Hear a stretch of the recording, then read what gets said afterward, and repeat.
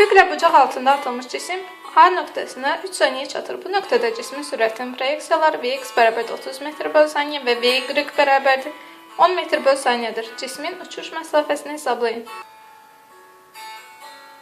Gördüyünüz kimi şəkil çəkdim.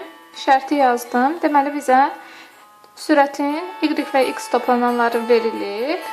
Üfüqlə bucaq altında atılıb.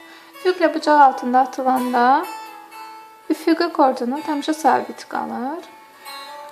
Bizim Vx və y-imiz var. V-ni tapmaq üçün yazırıq ki, V bərabərdir V y plus rt.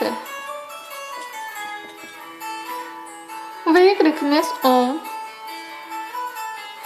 J-imiz 10. Təbii ki, J həmişə qravitasiya sahəsinin intensivliyi 10-a bərabər olur. Məsələnində T-imizdəki gördüyümüz kimi 10 saniyədir.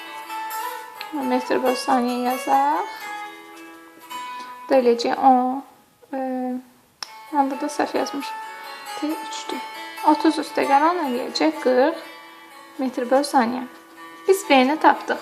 İndi isə S-i tapaq. S-i tapmaq üçün S bərabərdir V. 2V0 V bölünsün J düsturundan istifadə edəcəyik. Dedim ki, Vx toplananı həmişə sabit qalır. Sürət həmişə üfüqi istiqamətdə sabit qalır. Üfüqlə bucaq altında atılmış sistemdə. Onda yazacaq ki, 2 vurulsun 30. V0'ımız oldu. 40 vurulsun 30 bölünsün 10. Bu da vuranda 2 vur 4 8 vur 3 24 240.